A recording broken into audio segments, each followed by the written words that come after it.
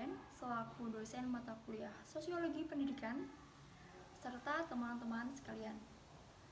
Perkenalkan, nama saya Izul Haq Al-Karimah dari kelompok B3 yang bertugas sebagai moderator pada presentasi kali ini. Adapun materi yang akan kelompok kami bahas yaitu mengenai multikulturalisme ras dan kekuasaan. Adapun nama-nama dari anggota kelompok B3 itu yang pertama ada saya sendiri, Izul Haq Al-Karimah, kemudian ada Muhammad Arifin Maulana, kemudian ada Mas Adi Pramoni, kemudian ada Mbak Saidah Maulufah, kemudian ada Mbak Sinta Khofifah Robi, kemudian ada Mbak Nafisa Sabita Putri, kemudian ada Muhammad Hasanuddin Lubis, kemudian ada Mbak Aula Putrianura, ada Mas Syafrizal, kemudian ada Mbak Mona Karimah, dan yang terakhir ada Mbak Febrianti Puspitolini. Langsung saja untuk materi pertama, yaitu mengenai multikulturalisme di Inggris, itu akan dijelaskan oleh saya sendiri. Baik, langsung saja mengenai multikulturalisme yang terjadi di Inggris. Proses transformasi Inggris itu menjadi masyarakat yang multikultural, serta tantangannya terkait dengan rasisme dan juga diskriminasi itu sebenarnya sudah muncul selama berabad-abad lamanya. Akan tetapi dalam perspektif politik, fokus migrasi ini tuh terjadi secara massal pada orang-orang Asia dan juga orang-orang Afrika. Ini tuh terjadi pada akhir abad ke-20, di mana pada akhir abad ke-20 itu yang menggambarkan periode sejarah modern yang berbeda. Periode sejarah modern ini sering disebut sebagai era imigrasi, di mana pada era imigrasi ini aktivitas migrasi itu tuh terjadi peningkatan secara signifikan.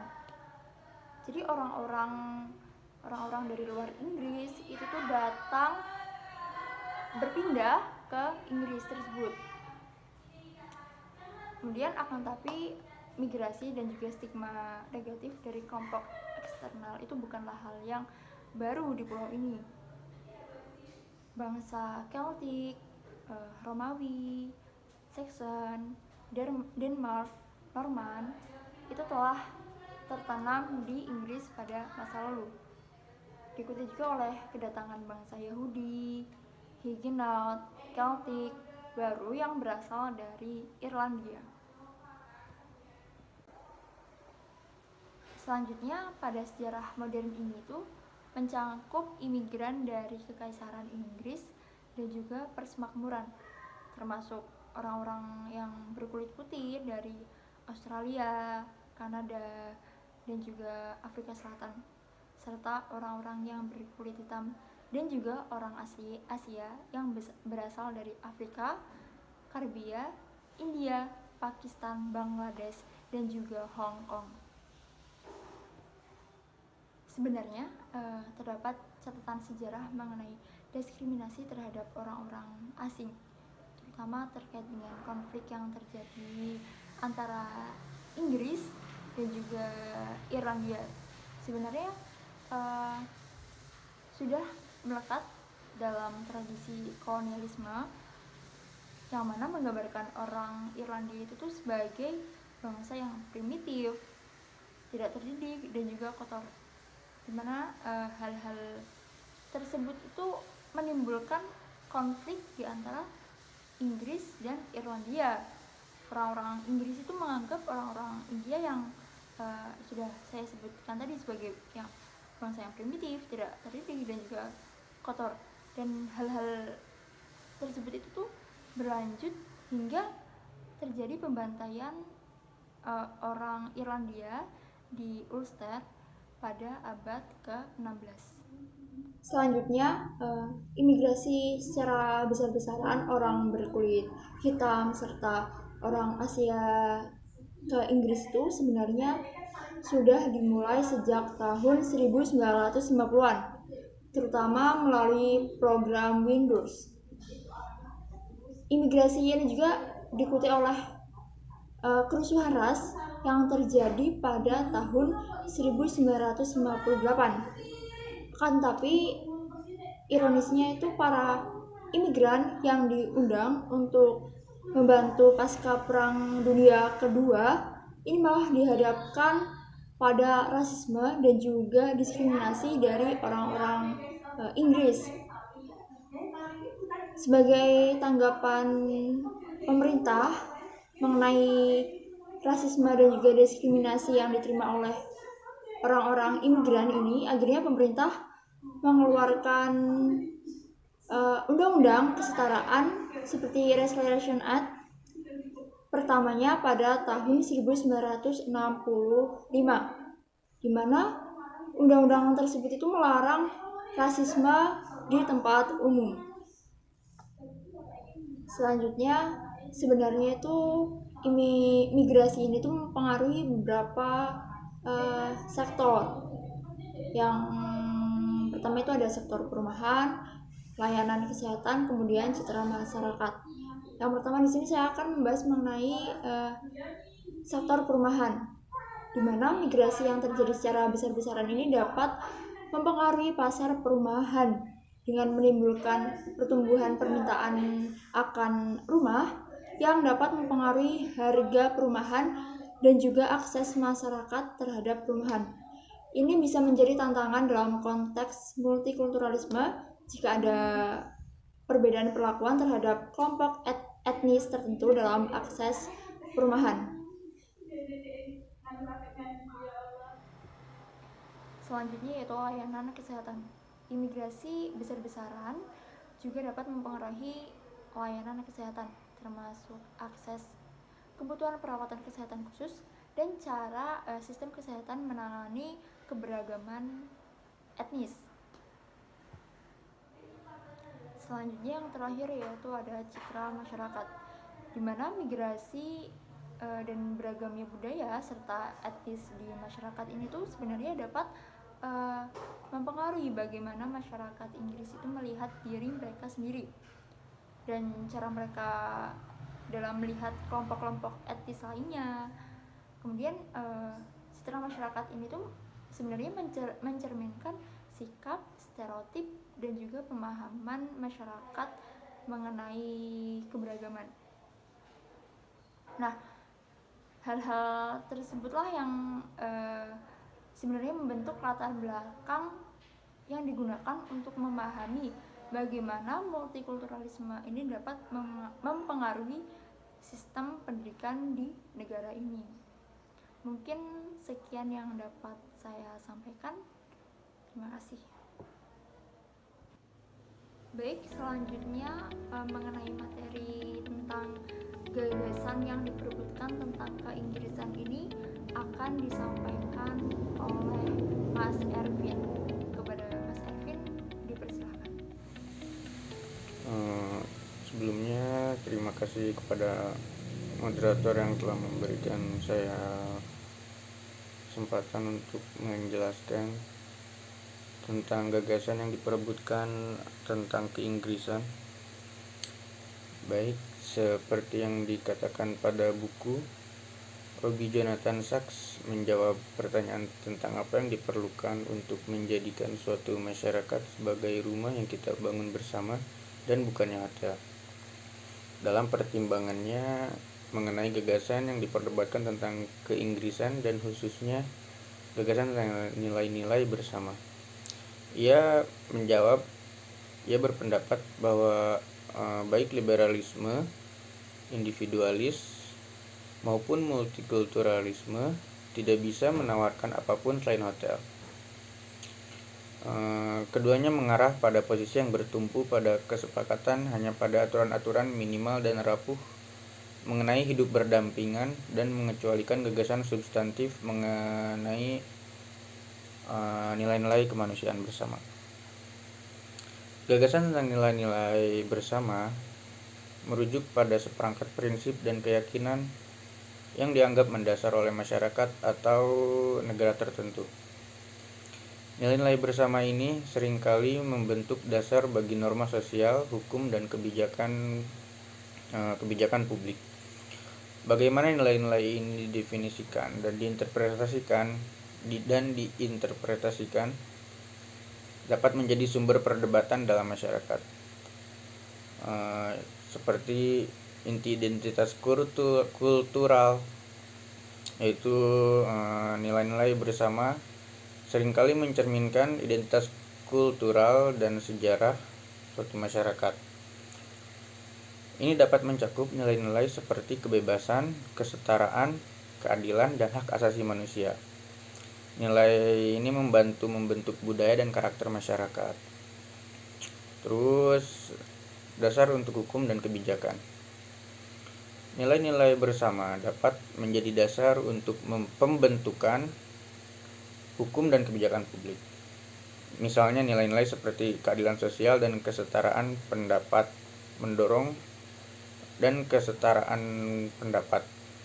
dapat mendorong pembuatan kebijakan yang mendukung redistribusi kekayaan atau perlindungan hak-hak minoritas. Selanjutnya, konflik nilai. Nilai bersama seringkali menciptakan konflik nilai di masyarakat. Orang-orang mungkin memiliki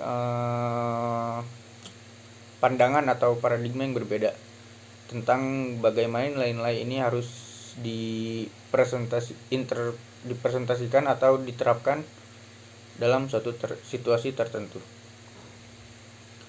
Selanjutnya, perubahan nilai dalam waktu tidak statis dan dapat berubah seiring berjalannya waktu, seperti perubahan sosial, perubahan budaya, dan perkembangan dalam pemahaman tentang hak asasi manusia. Hal tersebut dapat mempengaruhi evolusi nilai-nilai bersama, termasuk multikulturalisme. Di masyarakat yang beragam secara kultural, nilai-nilai bersama bisa menjadi subjek perdebatan. Bagaimana menangani nilai-nilai yang berbeda dari berbagai kelompok etnis atau agama menjadi tantangan dalam konteks multikulturalisme.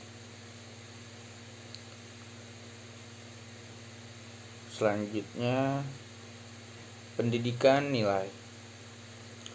Pendidikan sering berperan dalam mentransmisikan nilai-nilai bersama dari suatu generasi ke generasi berikutnya. Sekolah dan lembaga pendidikan kontribusi pada pembentukan pemahaman tentang nilai-nilai ini. Pentingnya dialog sosial juga untuk menjaga konsensus tentang nilai-nilai bersama. Penting untuk mendorong dialog yang inklusif dan berkelanjutan. Ini memungkinkan masyarakat untuk berpartisipasi dalam proses pembentukan nilai-nilai bersama dan menyelesaikan konflik nilai yang mungkin muncul. Akademisi seperti Thorik Ramadan juga mendukung munculnya narasi besar yang menggambarkan bahwa komunitas agama ditugaskan untuk bersikap proaktif dalam menentukan titik temu yang mempersatukan kita. Menurut Ramadan tahun 2015, kini sedang berlangsung tantangan untuk mendalami tradisinya sendiri, untuk bertanya pada dirinya sendiri, apa kontribusi Islam terhadap keberlangsungan moral demokrasi barat seperti Inggris, dan memberikan jawaban yang penuh harapan untuk berkontribusi pada keinggrisan yang kohesif dan bersatu. Ini adalah langkah positif yang berani dan proaktif yang bergantung pada dukungan ideologis yang lebih luas, dan pada akhirnya perlu diterjemahkan ke dalam gagasan pragmatis yang dapat membentuk konseptualisasi postmodern tentang apa yang menjadi orang Inggris saat ini. Perspektif sejarah dan dampaknya sangat relevan dengan eksplorasi keinggrisan. Ini adalah gagasan yang diperdebatkan, mungkin karena gagasan tradisional dan historis mengenai apa yang dimaksud dengan keinggrisan bersifat eksklusif dan ketinggalan zaman. Meskipun masih sangat berpengaruh. Keinggrisan seperti halnya kita mempunyai konotasi rasial yang sistematis dan sebagian besar tidak terucapkan. Kulit putih sama sekali tidak ditampilkan sebagai syarat eksplisit untuk menjadi orang Inggris. Namun dipahami secara luas bahwa keinggrisan dan karena itu kebritisan diberi kode rasial. Tidak ada orang kulit hitam di Union Jack misalnya. Begitulah yang dikatakan oleh ras yang sangat terkait dengan budaya politik dan gagasan tentang bangsa. Mungkin ini adalah kesadaran rakyat. Bangsa ini terdiri dari identitas campuran dan didasarkan pada wacana intelektual dan politik yang kini harus menemukan kembali terobosan atau bukan terobosan, jati diri atau identitas nasional kita yang mencerminkan siapa kita sekarang dan apa yang kita miliki bersama sebagai nilai-nilai pemersatu. Mungkin sekian yang bisa saya sampaikan, kurang lebihnya mohon maaf. Assalamualaikum warahmatullahi wabarakatuh. Saya kembalikan kepada moderator. Terima kasih atas penjelasan yang telah disampaikan oleh Mas Ervin. Selanjutnya mengenai multikulturalisme di Amerika akan dijelaskan oleh Mas Adib. Kepadanya dipersilahkan. Terima kasih kepada moderator yang sudah memberikan kesempatan kami untuk menyampaikan materinya. Di sini saya akan membahas multikulturalisme Amerika. Pernyataan Wilbur Zelensky mengenai multikulturalisme Amerika dalam analisisnya, kompleksitas sejarah multikulturalisme di Amerika memberikan pandangan yang mendalam tentang perkembangan gagasan ini dalam konteks Amerika. Nah, gagasan ini dia terus berlanjut hingga masa kini dan masa depan. Pemahaman multikulturalisme Amerika ini terus berlanjut sampai saat ini, di mana Amerika itu memiliki kasta populasi warna kulit putih maupun hitam. Ini akan untuk poin yang kedua, yaitu perbudakan di Amerika.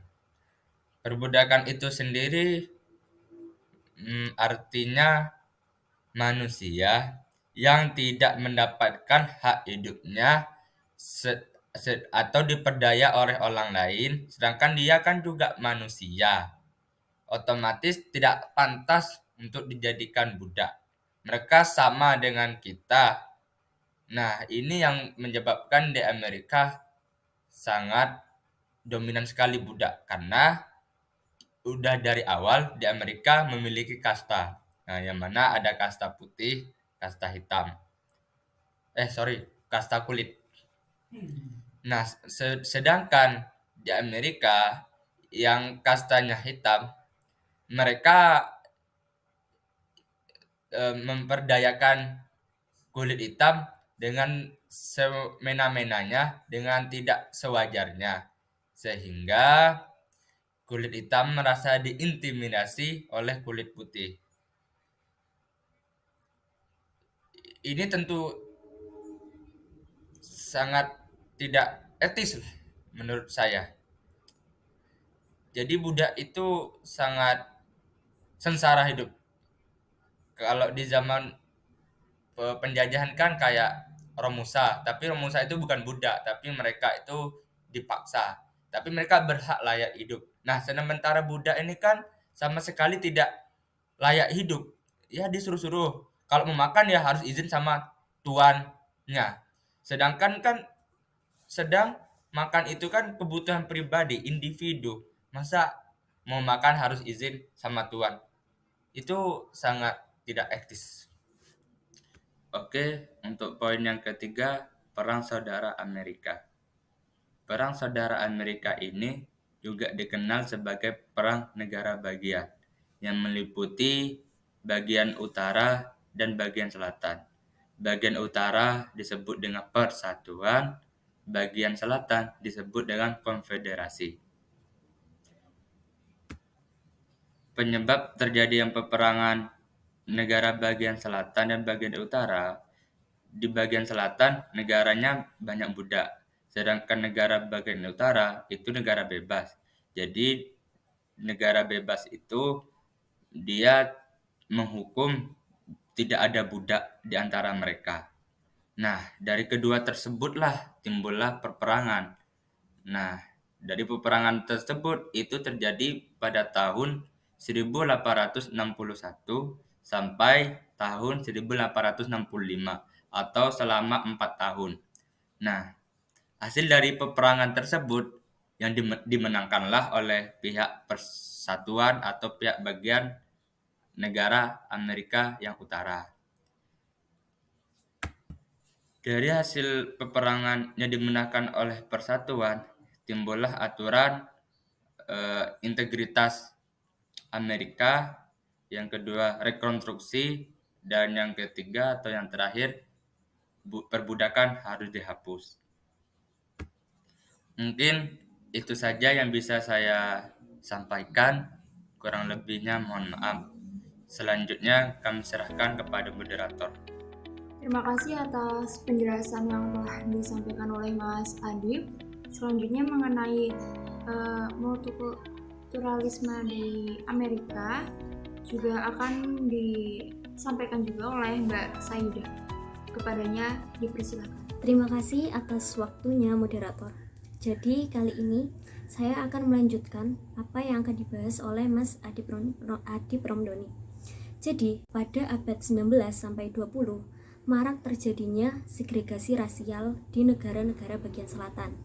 Segregasi rasial ini adalah praktik yang mewajibkan bagi setiap perumahan, pendidikan, dan layanan lain saling terpisah bergantung dengan jenis warna kulit mereka. Bagi yang berkulit warna hitam dengan yang berkulit warna hitam, dan bagi yang berwarna kulit putih dengan orang yang berwarna kulit putih. Pada abad ini, tepatnya pada tahun 1877, terdapat pengesahan undang-undang yang diberi istilah Jim Crow. Pengambilan nama Jim Crow ini sendiri berasal dari penyanyi yang dibawakan mulai pada tahun 1828 oleh penulisnya Thomas Dartmouth, dan lagu ini dibawakan dengan wajah menghitam yang bercirikan miskin, lemah, dan tidak berpendidikan. Sehingga dalam lagu ini memiliki banyak peniru, termasuk aktor Joseph Jefferson. Sehingga istilah ini menjadi julukan untuk merendahkan orang-orang Afrika Amerika dan sebutan untuk kehidupan mereka yang terpisah. Dalam undang-undang ini, secara umum, siapapun yang diketahui atau dicurigai kuat sebagai keturunan kulit hitam dalam tingkat apapun, mereka termasuk dalam kategori orang kulit berwarna. Pembedaan sebelum perang saudara yang memihak pada mereka yang nenek moyangnya diketahui bercampur, khususnya orang kulit berwarna yang bebas. Prinsip segregasi ini diperluas hingga sampai ke taman, kuburan, teater, dan restoran dalam upaya mencegah kontak antara orang kulit hitam dan kulit putih secara setara. Bahkan, apabila orang berkulit hitam melakukan pelanggaran, biasanya mereka menerima hukuman yang lebih lama dibandingkan dengan orang berkulit putih. Pada abad ini, tepatnya pada tahun 1877, terdapat pengesahan undang-undang yang diberi istilah Jim Crow. Pengambilan nama Jim Crow ini sendiri. Kemudian pada tahun 1915, semua negara bagian selatan telah menerapkan beberapa bentuk undang-undang Jim Crow ini sendiri. yang secara efektif menabur benih bagi kelompok yang bersupremasi kulit putih, yaitu Ku Klux Klan. Kelompok Ku Klux Klan ini, atau bisa juga disebut dengan kelompok KKK, adalah organisasi yang paling kejam di era Jim Crow.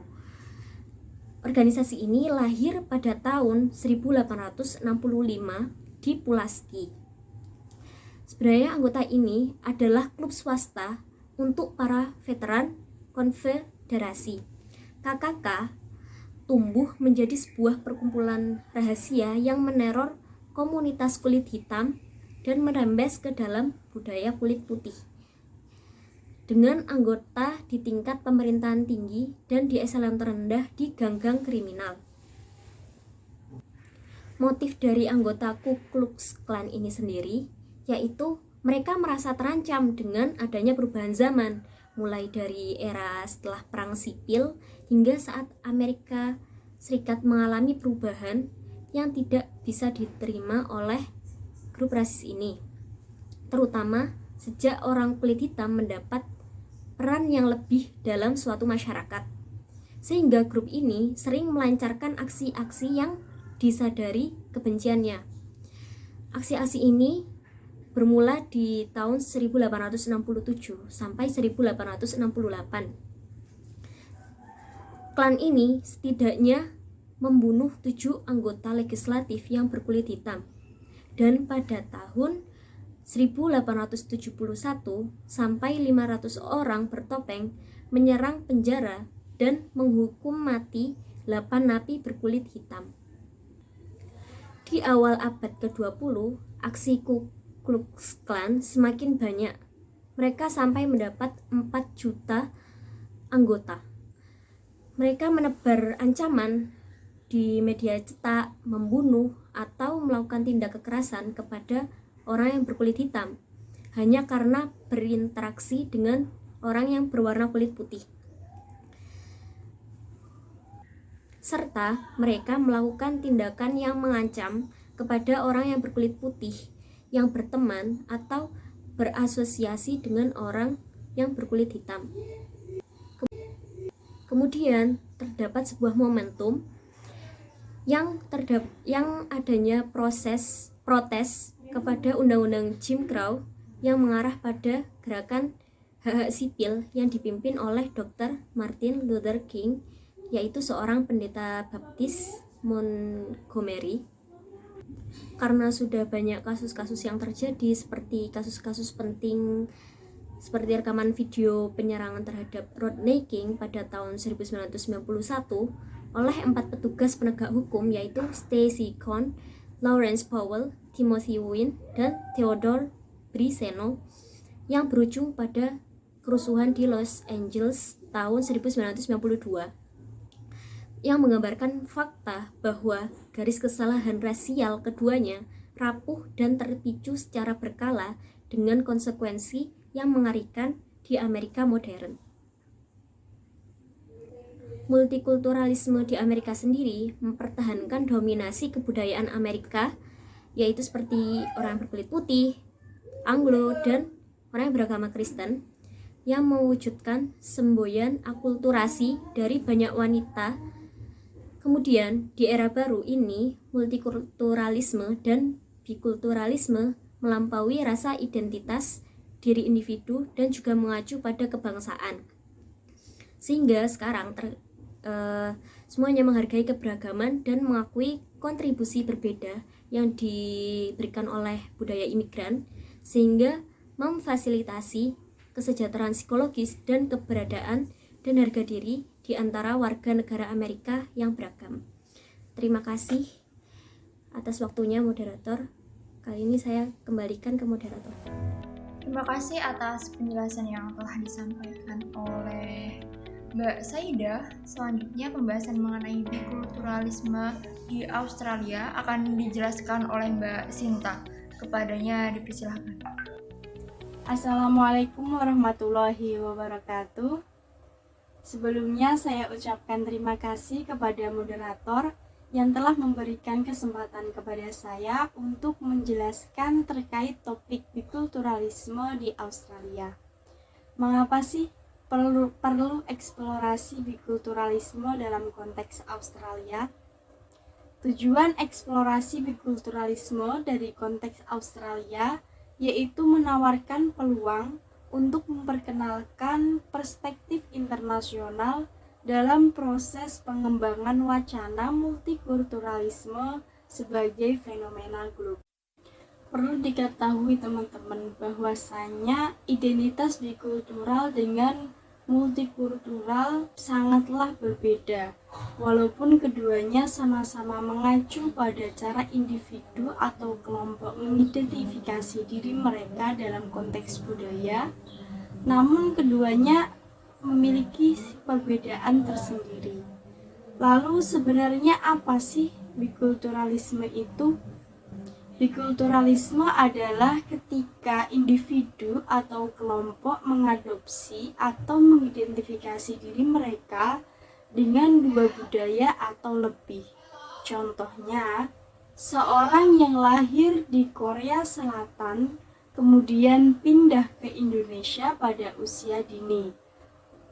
Mereka mungkin memiliki identitas yang mencangkup elemen-elemen dari kedua budaya ini, seperti halnya bahasa, makanan, cara bicara, dan lain-lain. Pastinya terdapat dua elemen yang berbeda antara negara Korea dengan Indonesia.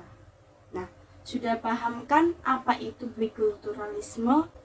Nah, selanjutnya perbedaan utama kedua identitas ini, yaitu dari jumlah budaya yang mempengaruhi identitas seorang.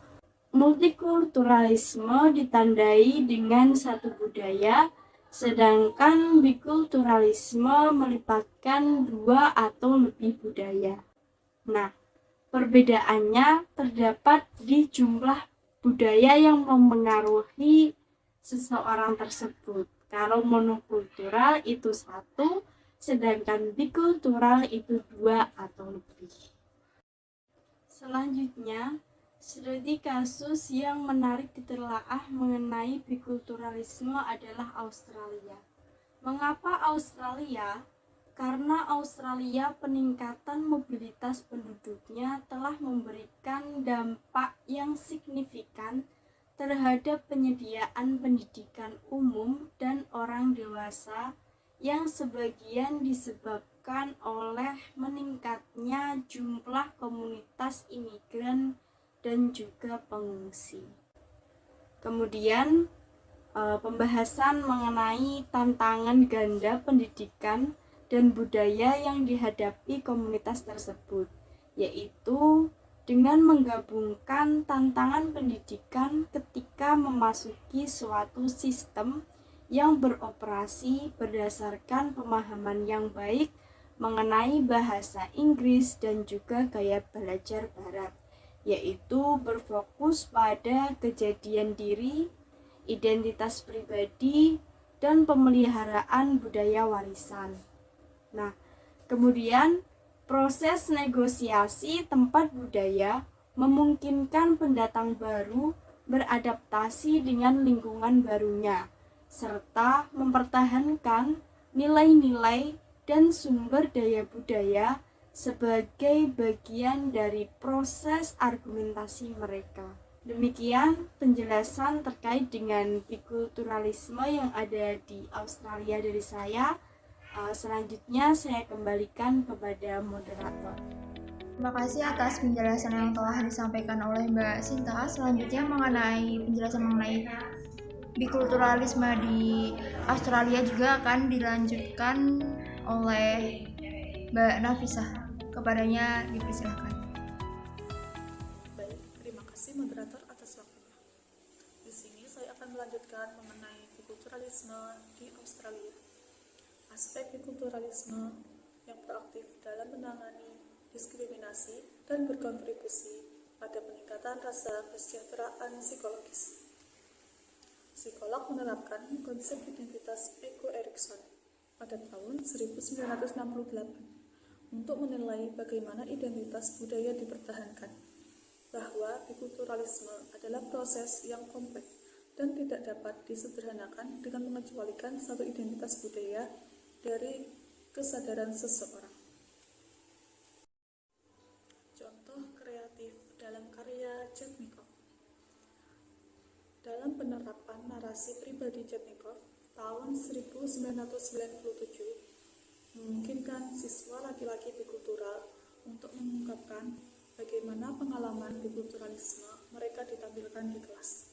Dengan kata lain, anak laki-laki bikultural dan pengalaman hidup mereka dibuat relevan dalam proyek penelitian.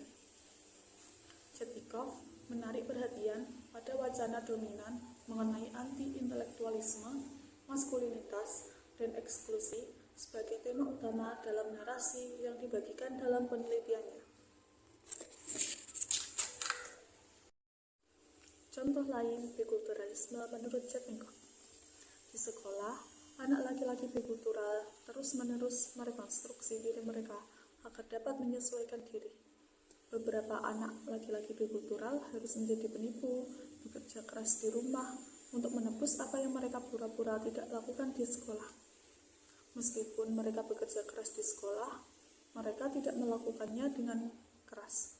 Mereka hanya berusaha untuk menjaga kecerdasan mereka agar tidak mencolok, sehingga teman-teman yang lain tidak menganggap mereka sebagai orang bodoh, dan untuk menjaga rasa menyesuaikan diri dengan kehidupannya di sekolah.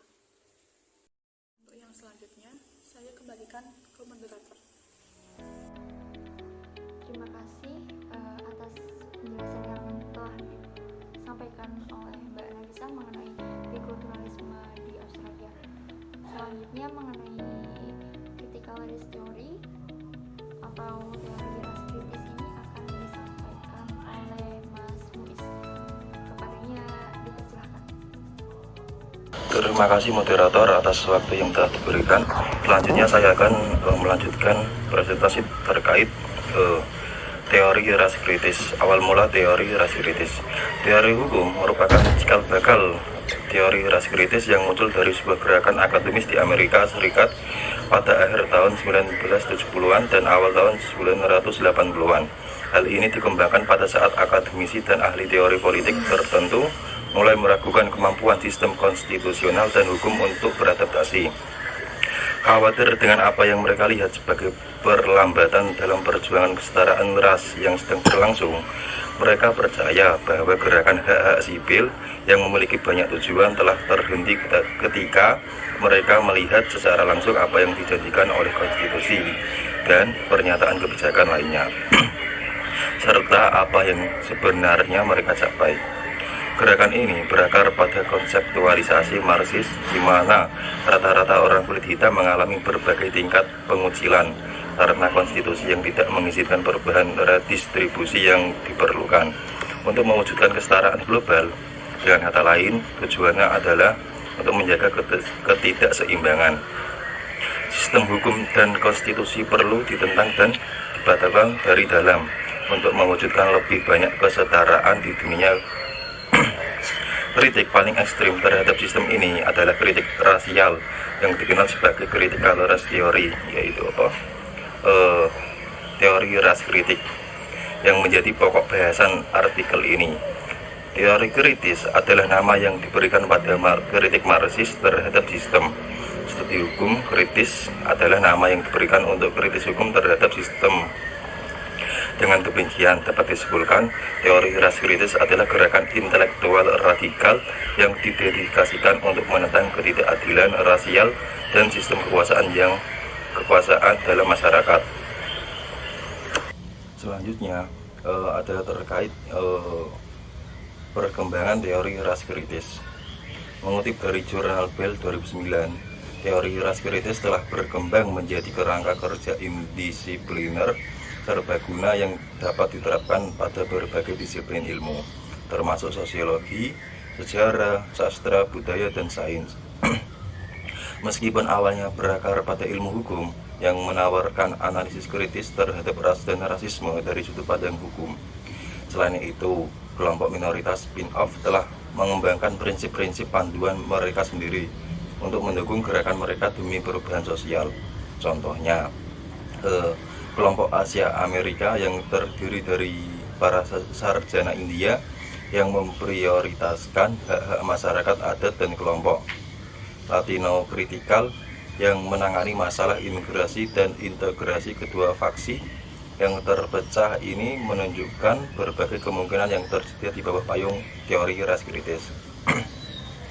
Karena munculnya teori ras kritis dari sebuah gerakan hukum, penggunaannya sebagai kerangka teoritis untuk memahami ras dan rasisme memiliki banyak segi dan fokus pada rekonstruksi kebijakan. Namun, ada beberapa gagasan mendasar yang menjadi inti gerakan ini. Pertama, yaitu teori ras kritis mengklarifikasi bahwa rasisme adalah aspek budaya Amerika yang meresap dan sistemik. Yang kedua, teori ras kritis mengakui bahwa hak istimewa kulit putih dan supremasi kulit putih adalah fondasi sistem kekuasaan masyarakat. Yang ketiga, teori ras kritis menganut sudut pandang konvergensi yang menyatakan bahwa elit kulit putih hanya akan mendukung pembangunan kulit hitam jika hal tersebut juga mengedepankan kepentingan kulit putih. Keempat, teori ras kritis mempertanyakan kebenaran hukum yang menggambarkan sistem politik Amerika yang liberal, meritokratis, dan buta warna digantikan oleh kekayaan dan kekuasaan luar biasa dari minoritas kulit putih. Yang terakhir, teori ras kritis mengakui pentingnya interseksionalitas, cara-cara subordinasi, dan ketidaksetaraan bekerja sama untuk mengecualikan kelompok minoritas dalam lingkungan politik, sosial, dan budaya. Selanjutnya, sekian dari saya kembalikan ke moderator.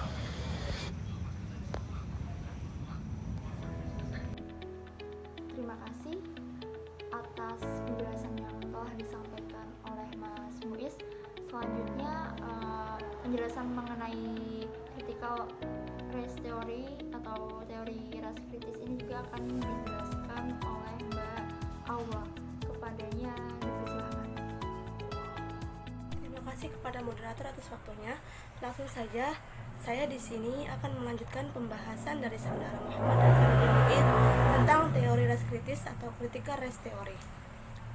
Simon berbicara tentang pengalaman dan perlawanannya sebagai seorang guru Afrika sampai Amerika di lingkungan perkotaan. Dia merasa frustasi oleh narasi dominan dalam media, terutama dalam film Hollywood seperti The Rain Means, Help Nelson, Freedom Writers, dan The Rock Crane Story. Film-film ini sering memproyeksikan gagasan bahwa guru kulit putih adalah pahlawan yang menyelamatkan siswa Afrika sampai Amerika dan Latin dari disfungsi ekstrim, pelecehan, kejahatan, dan penelantaran. Simmons menggambarkan situasi ini sebagai contoh konvergensi dan interseksionalitas, menyoroti kompleksitas teori ras kritis. Dia menekankan pentingnya memberikan suara kepada kelompok yang terpinggirkan dan menjadi aktif di tingkat akar rumput. Ini adalah cara Simmons membongkar narasi dominan dan menghadirkan kembali signifikansi kritis konvergensi, khususnya dalam konteks guru laki-laki kulit hitam di lingkungan perkotaan. Selanjutnya merujuk pada pandangan Richard Delgado yang menjelaskan bahwa teori ras kritis mencoba menghadapi mitos, anggapan, dan kebijaksanaan yang mendukung budaya umum tentang ras yang sering menempatkan orang kulit hitam dan minoritas lainnya dalam posisi yang kurang menguntungkan. Delgado juga menegaskan bahwa kita dapat membentuk realitas sosial kita sendiri melalui kata-kata, cerita, dan komunikasi, bahwa kita harus menentang pengaturan yang tidak adil dan memihak dengan menuliskan dan berbicara untuk menciptakan dunia yang lebih baik dan lebih adil. Selanjutnya, dalam konteks Inggris, David Gilbourn menerapkan critical race theory pada sistem pendidikan.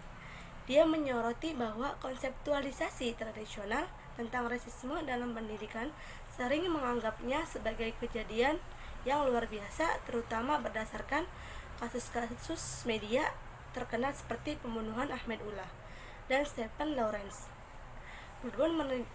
Gilbourn menegaskan pentingnya memahami bahwa Rasisme dan pendidikan adalah lebih umum daripada yang terlihat dan bisa merasuk melalui kebijakan yang buta warna dan tindakan yang dianggap adil.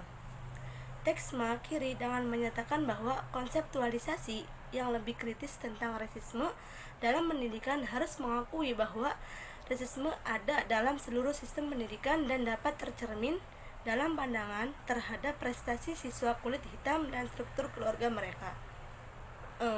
Hal ini menyoroti kebutuhan untuk mengatasi ketidaksetaraan rasial dalam pendidikan. Menyamakan penyelidikan Stephen Lawrence dan pelaporan kampanye berikutnya mengenai tindakan hukum pribadi oleh keluarga Lawrence sebagai hal yang paling mirip di Inggris dengan jenis kehebohan nasional atau kasus-kasus rasisme institusional yang terkenal di Amerika, seperti pemukulan terhadap Rodney King pada tahun 1992 dan penembakan Trayvon Martin pada tahun 2012, sehingga menjadikan penyelidikan Stephen Lawrence sebagai momen penting dalam sejarah budaya dan politik Inggris. Laporan penyelidikan menyimpulkan bahwa rasisme institusional konfirmasi sebagai faktor dalam lembaga-lembaga utama masyarakat, termasuk polisi, pendidikan, dan layanan kesehatan, yang mengarahkan ke posisi di mana pemerintahan partai buruh baru, oposisi konservatif, dan khususnya polisi metropolitan terpaksa menerima temuan penyelidikan tentang rasisme institusional. Sebagaimana diamati oleh Direktur Institut Hubungan Ras, perjuangan keluarga Lawrence yang tak henti-hentinya telah mengembalikan rasisme institusional ke dalam agenda. Mereka mengubah seluruh wacana mengenai hubungan ras dan membuat pemerintah, media, dan masyarakat di negara ini mengakui bahwa terdapat rasisme yang mendalam, mendarah daging, dan sistematis dalam institusi dan struktur masyarakat ini. Baru pada tahun 2012, sekitar 20 tahun setelah pembunuhan Stephen, Gary Dobson dan David Norris dinyatakan bersalah atas pembunuhannya dan dijatuhi hukuman masing-masing minimal 15 tahun 2 bulan dan 14 tahun 3 bulan untuk memperbaharui garis waktu ini. Pada bulan Mei 2014, penyelidikan independen mengenai korupsi dan peran kepolisian yang menyamar mengungkapkan bahwa polisi metropolitan mencoba mencoreng nama keluarga Lawrence setelah pembunuhan Stephen. Cukup sekian dari saya kembalikan kepada moderator. Terima kasih kepada Mbak Aula atas penjelasan yang telah disampaikan. Selanjutnya mengenai keputihan dan hak istimewa kulit putih akan dijelaskan oleh Mbak Muna Karimah. Kepadanya dipersilakan. Baik, terima kasih moderator atas waktu yang telah diberikan. Teman-teman semua, di sini saya akan menjelaskan sedikit tentang materi keputihan dan juga hak istimewa kulit putih. Oke, teman-teman semua, keputihan yang dimaksud dalam bab ini adalah gen atau ras orang yang mempunyai kulit putih.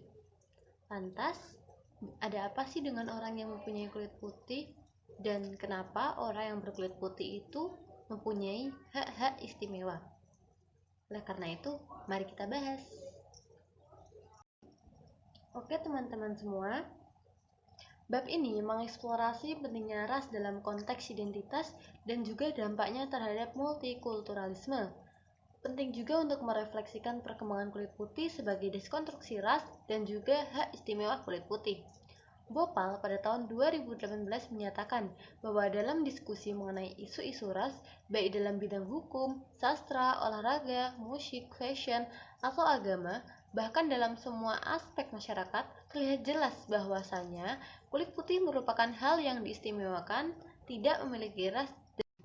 Untuk hak istimewa kulit putih, yang pertama ada hak istimewa materi.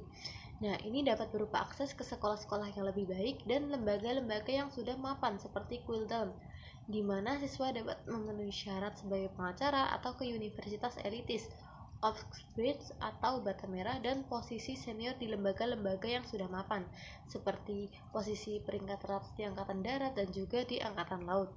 Dari contoh yang sudah saya paparkan tadi, jelas terlihat bahwa kulit putih terlihat dalam struktur kekuasaan yang bersifat terpisah dan tersembunyi. suatu bentuk dominasi tertanam yang memungkinkan orang menggunakan status kulit putih mereka yang diduga normatif untuk mengeksploitasi orang lain yang tidak berkulit putih. Tidak hanya dalam materi, dalam dunia pekerjaan, orang yang mempunyai kulit putih mempunyai banyak hal-hal istimewa, hak istimewa, yaitu bahkan dalam dunia kerja di Inggris, tingkat pengangguran kulit putih hanya sekitar 6,3%, sedangkan etnis minoritas lainnya itu mencapai 12,9%. Dan di Amerika Serikat, pengusaha berkulit putih mempunyai peluang 2 kali lipat mendapat pinjaman ketimbang warga kulit hitam. Warga kulit putih juga akan lebih besar di dunia kerja dibanding warga kulit hitam dengan tingkat pendidikan yang sama. Jadi meskipun mereka mempunyai tingkat pendidikan yang sama-sama setara, tetapi orang yang mempunyai kulit putih itu mendapatkan privilege lebih tinggi daripada orang yang mempunyai kulit hitam. Studi mengatakan bahwasanya ketika orang yang berkulit putih dan juga orang yang berkulit putih itu tumbuh secara bersamaan dengan latar belakang keluarga yang sama, tapi kelak ketika mereka tumbuh dewasa, orang yang berkulit putih akan mendapatkan penghasilan yang lebih tinggi ketimbang orang yang mempunyai kulit hitam. Jadi meskipun mereka itu pendidikan sama-sama setara, latar belakang keluarganya sama-sama setara, kemungkinan tetapi orang yang berkulit putih itu mendapatkan penghasilan yang lebih tinggi dengan pekerjaannya. Nah, keistimewaan kulit putih inilah adalah warisan yang memicu realisme. Lantas, ketika kulit putih adalah sesuatu yang memicu realisme, bagaimana dengan orang yang berkulit hitam? Nah, untuk memperluas poin ini dengan menerapkan posisi orientalis at first sight, kaum kulit hitam adalah orang lain yang akan selalu menduduki pinggiran, sementara kaum kulit putih adalah pihak yang dominan, mayoritas, yang berkuasa dan sebagai konsekuensinya menguasai pusat. Konsep normalisasi berasal dari gagasan bahwa orang kulit putih tidak tunduk pada rasialisasi. Mereka dianggap atau mengidentifikasi diri mereka sendiri dalam konteks ras mereka sebagai perbandingan. Merujuk pada kejahatan hitam adalah hal yang sangat umum dan memang merupakan ciri rasisme institusional. Karya sosiolog Prancis Pierre Bourdieu tentang kesenjangan kelas dan modal budaya memiliki relevansi dalam memahami bagaimana kulit putih bekerja. Namun, karyanya yang berpengaruh mengenai habitus lah yang dapat diterapkan langsung pada diskusi ini. Konsep habitus merupakan inti kerangka teoritis Bourdieu dan mencerminkan banyak corak dalam penerapan kompleksitasnya. Hal ini telah diterapkan secara efektif dalam konteks pendidikan Inggris oleh akademisi seperti Strand 2014 dan penting dalam membangun hubungan antara ras, kelas, dan pencapaian pendidikan. Nah, untuk teori habitus ini akan lebih dijelaskan atau lebih diperinci oleh pemateri setelah saya, yaitu Mas Afrizal, dan saya cukupkan untuk penjelasan dari saya sendiri. Terima kasih atas penjelasan yang telah disampaikan oleh Mbak Muna. Selanjutnya akan dilanjutkan mengenai keputihan dan hak istimewa kulit putih oleh Mas Syafrizal. Kepadanya dipersilahkan. Terima kasih kepada moderator atas waktunya. Saya di sini akan melanjutkan penjelasan dari Mbak Muna tadi tentang keputihan dan juga hak istimewa orang kulit putih. Bagaimana teman-teman, apakah tadi sudah paham apa yang dijelaskan oleh Mbak Muna? Saya rasa sudah jelas, sangat-sangat amat jelas apa yang dijelaskan tadi oleh Mbak Muna. Tapi perlu saya ingatkan kembali teman-teman bahwa keputihan di sini itu berbeda dengan apa yang kita pelajari di ilmu biologi. Kalau di ilmu biologi, keputihan itu adalah suatu penyakit. Nah, tapi kalau di ilmu sosiologi ini, keputihan adalah ras orang yang mempunyai kulit putih atau juga orang yang berkulit putih. Nah, selepas keputihan dan hak istimewa kulit putih, apa sih yang menyebabkan orang kulit putih itu istimewa gitu, atau kebiasaan apa gitu sehingga mereka diistimewakan? Nah,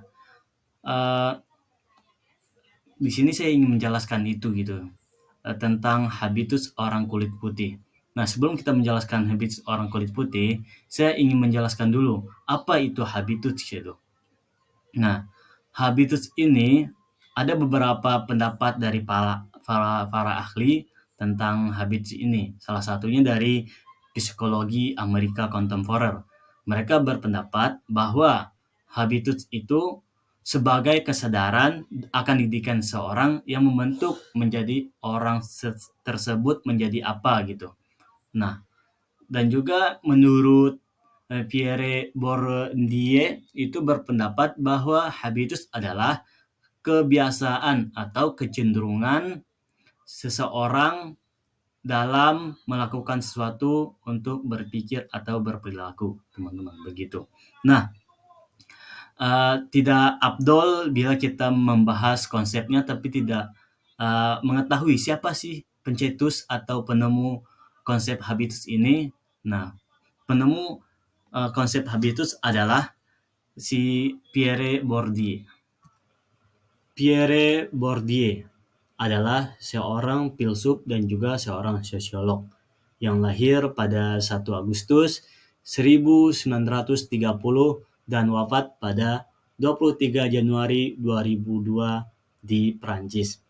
Beliau menciptakan konsep habitus ini karena melihat adanya pengaruh kekuasaan dan juga dalam perubahan sosial. Beliau melihat ini di lembaga pendidikan, di mana lembaga pendidikan orang yang berkuasa, yaitu yang dimaksud adalah orang yang berkulit putih, mempunyai lembaga pendidikan yang berkualitas, di mana guru-gurunya berkualitas dan juga fasilitasnya memadai. Ini berbalik dengan orang yang tidak mempunyai kekuasaan, yang di sini dimaksud adalah orang yang berkulit gelap, di mana mereka tidak mempunyai hal tersebut, seperti guru yang berkualitas dan juga sarana prasarana tidak memadai gitu. Ini tentu dapat berpengaruh pada hasil dari pembelajaran gitu. Tentu lembaga pendidikan yang mempunyai kualitas guru yang bagus dan juga sarana yang bagus lah yang dapat menghasilkan peserta didik yang bagus juga begitu. Nah, selain di lembaga pendidikan, habitus seorang kulit putih, orang-orang berkulit putih maksudnya juga bisa dilihat dalam kehidupan sehari-hari begitu. Lalu bagaimana caranya melihat habitus kulit putih dalam konteks sehari-hari? Apakah mereka itu selalu bersepeda, ataukah mereka selalu rapat, ataukah mereka selalu berdebat, teman-teman? Tentu itu bukan. Kebiasaan atau habitus kulit putih itu mereka biasanya membatasi interaksi dengan kelompok lain. Kelompok lain di sini dimaksud adalah non orang putih atau non ras putih begitu. Mereka biasanya tinggal di satu lingkungan atau satu daerah dengan orang kulit putih juga. Tujuannya apa? Tujuannya supaya mereka bisa bertukar cerita dan juga tidak merasa istimewa. Karena ya lingkungan mereka ya orang-orang kulit putih begitu. Nah, dengan demikian mereka bisa menyimpulkan atau memutuskan suatu keputusan bersama. Bersama di sini tentu ya bersama-sama orang kulit putih juga gitu, tanpa melibatkan orang dari luar begitu. Dengan mereka hanya menyimpulkan keputusan dengan mereka saja, maka banyak keputusan mereka itu yang salah, teman-teman. Contohnya saja itu dalam penemuan matematika. Mereka mengenal bahwa orang yang menemukan algometri itu dari Eropa, padahal itu dari India gitu. Dan juga orang yang menemukan aljabar itu mereka migre itu dari Eropa, padahal itu adalah dari ilmuwan Muslim gitu. Nah, itu adalah salah satu keputusan mereka yang salah gitu. Mungkin masih banyak lagi. Mungkin itu saja yang dapat saya sampaikan. Saya kembali kepada moderator. Terima kasih. Mas Syafrizal atas penjelasan yang telah disampaikan. Selanjutnya mengenai kulit putih dan pendidikan tinggi di Inggris akan dijelaskan oleh Mbak Febri. Kepadanya dipersilakan. Baik, terima kasih kepada moderator atas waktu yang telah diberikan untuk saya. Sebelum lanjut ke materi terakhir yang akan saya sampaikan, saya mau minta pendapat dari teman-teman dulu dong. Bagaimana penjelasan yang telah disampaikan oleh teman-teman saya tadi. Nanti teman-teman bisa komentar di kolom komentar ya. Sampaikan pertanyaan boleh, mungkin ada yang kurang paham ataupun ada tambahan-tambahan ataupun ada info-info yang akan disampaikan bisa dituliskan di kolom komentar. Tapi saya yakin banget nih bahwa teman-teman akan gampang paham dengan apa yang telah disampaikan oleh pemateri-pemateri tersebut. Di pemateri-pemateri tersebut ada Mbak Izul, ada Mbak Muna, ada Mbak Sinta, ada Mas Muiz, ada Mas Syafrizal. Mereka semua itu merupakan orang-orang hebat yang dapat menjelaskan secara detail mengenai permasalahan multikulturalisme ras dan kekuasaan, di mana permasalahan ini merupakan permasalahan yang kompleks sehingga pembahasannya pun meluas sampai selanjutnya saya akan membahas mengenai studi kasus kulit putih dan perguruan tinggi di Inggris, di mana studi kasus ini dilaksanakan oleh Konferensi Pencapaian BME pada tahun 2018. Konferensi ini dilaksanakan di University College London. Tujuan dari dilaksanakannya studi kasus ini adalah untuk mengungkap suatu permasalahan yang ada. Adapun permasalahan yang pertama yaitu untuk mengakui rasa ketidaknyamanan ketika menyelidiki kurangnya keragaman dalam suatu pendidikan tinggi dan sifat problematis dalam mengenangani ras di akademi. Rasa ketidaknyamanan ini memiliki banyak sumber, di antaranya yaitu bersumber dari bersifat struktural dan kultural. Sifat struktural di sini dimaksudkan kepada setiap lembaga pendidikan tinggi secara mandiri dapat memutuskan tentang bagaimana dan atau apakah lembaga tersebut akan mengatasi kesenjangan. Dalam hal ini dapat bersifat organisasional. Arti dari organisasional di sini merupakan kepemilikan atau pencapaian BME terkait dengan peran tertentu dan bukan pada institusi secara keseluruhan. Untuk selanjutnya yaitu bersifat kultural. Adapun sifat kultural di sini dimaksudkan bahwa adanya penolakan untuk mengakui bahwa ada masalah dalam pencapaian BME. Kategori kultural ini bisa dikatakan rintangan yang paling sulit karena ada beberapa bukti yang menunjukkan bahwa staf kulit hitam dibayar sebesar 12,6% lebih rendah dibandingkan dengan staf lainnya yang berkulit putih. Sedangkan untuk staf akademis etnis Asia memiliki kesenjangan sebesar 10,4% dan untuk tingkat profesi hanya memiliki 96 staf BME. Dari permasalahan tersebut, kemudian para menteri pun berpendapat bahwa konsep kulit putih ini merupakan sarana yang berguna untuk memahami nuansa rasisme yang dilembagakan di pendidikan tinggi. Dari pembahasan-pembahasan yang telah disampaikan oleh teman-teman saya tadi, adapun yang dibahas yaitu multikulturalisme di Inggris, gagasan yang diperebutkan tentang keinggrisan, multikulturalisme di Amerika, dan multikulturalisme di Amerika, kemudian ada bikulturalisme di Australia, kemudian ada teori ras kritis atau CRT, juga ada mengenai keputihan dan hak istimewa kulit putih, dan yang terakhir yaitu studi kasus mengenai kulit putih dan pendidikan tinggi di Inggris.